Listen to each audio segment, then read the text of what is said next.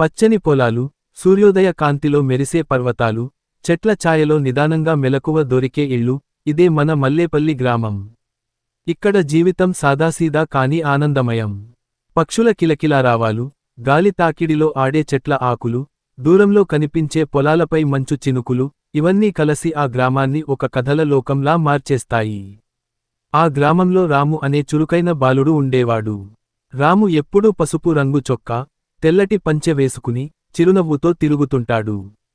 అతని తాత గంగయ్య గారు, గ్రామంలో అందరికీ తెలిసిన దయగల రైతు. గంగయ్యకి ఒక పాత ఎద్దు బండి ఉంది. ఆ బండి, 2 గోధుమరంగు గల ఎద్దులు, అతనికి ప్రాణం లాంటివి.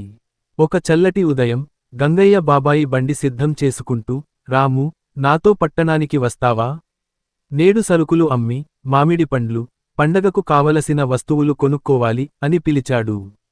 రాము ఆనందంతో ఎగిరిపడుతూ, తప్పకుండా తాతా! అన్నాడు. 2